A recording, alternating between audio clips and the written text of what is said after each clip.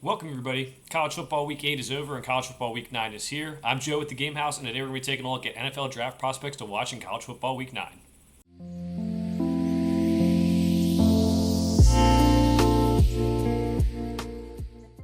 College football week 9 is here. We got some decent matchups this week. Maybe not the biggest week in college football, but we're going to look at some NFL draft prospects to watch in college football week 9.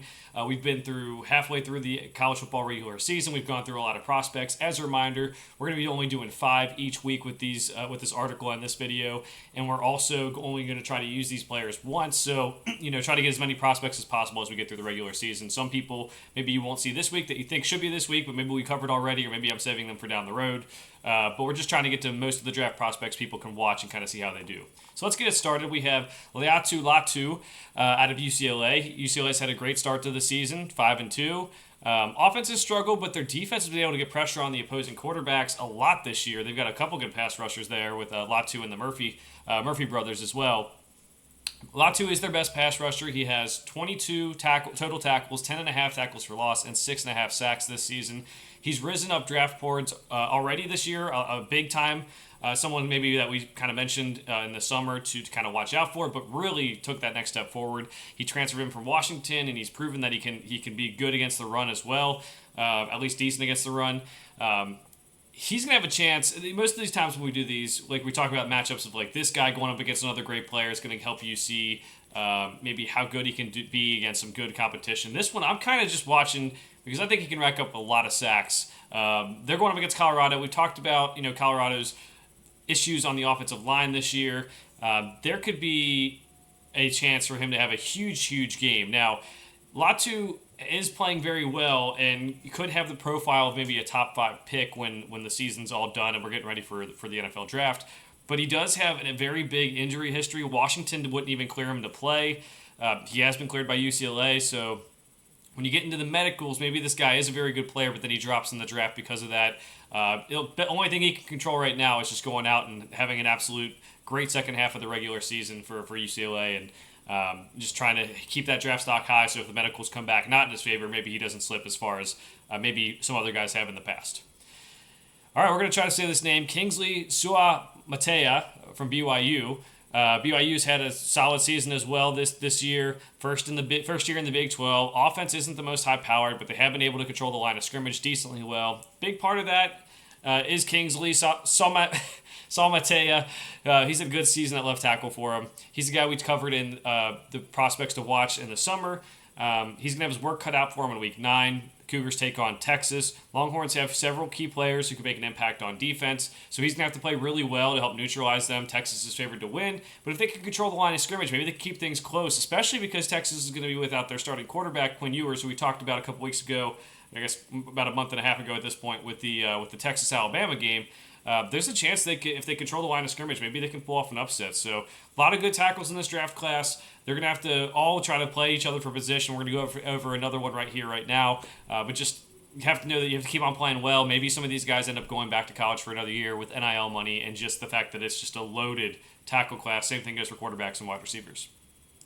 All right, Patrick Paul, the offensive tackle for Houston. They haven't had the smoothest transition to the Big 12. They're 3-4 this season, just one win in conference play. Their offense hasn't been great, but the Cougars' best player is on offense, and that is Patrick Paul. Great season for the Cougars so far this year. They can count on him week in and week out. This week, Houston's playing Kansas State. Kansas State was like a preseason maybe selection to make the Big 12 championship game. They've had their own struggles, but they've kind of rebounded as well. They started running the ball a little bit. So going to be a good game. The Wildcats are a physical team. Could give Houston some issues. If Paul can protect the quarterback, it can only help his stock. Again, very deep tackle class. Houston moving to the Big 12 really helps Patrick Paul's ability to be a high draft pick. He has way more games against good players that will be on tape that people can watch. So again, he's got to have a good game this week against West Virginia, Kansas State to improve his stock. Next up, we have Kamari Lassiter. He is a corner from Georgia, a guy we also covered in the summer. Georgia's undefeated this season. They have not been as dominant as years past. They haven't been tested by some of these good ranked teams. Their best win so far is Kentucky, who is now out of the top 25. Defense is still solid, and they get good play from Lassiter. He has 21 total tackles and 4 passes defended this season. In Week 9, They're going to be taking on Florida. Now, Florida started off the year kind of rough as well, but they've really improved their passing attack behind Graham Mertz at quarterback and wide receiver Ricky Pearsall as well. So Lassiter's going to have to help slow down the passing attack to help them win the game. Now, Georgia's offense isn't the most high-powered, but they have been good in spurts. So let's see if they can help them win the game. It's not a game that we thought would be too tough, but now that the passing offense for Florida is good, this is one that's gonna test them. And Lassiter could be a guy who rises maybe as high as maybe being a first-round pick. Right now, I think he's probably more of a day 2 guy, but I think he could play his way into the first round with a good finish to the season. And once Georgia starts playing, quite frankly, some good teams down the stretch, he has a chance to really put some good tape out there. All right, Xavier Legette. Now, South Carolina season hasn't really gone how they were hoping this year. They are 2-5.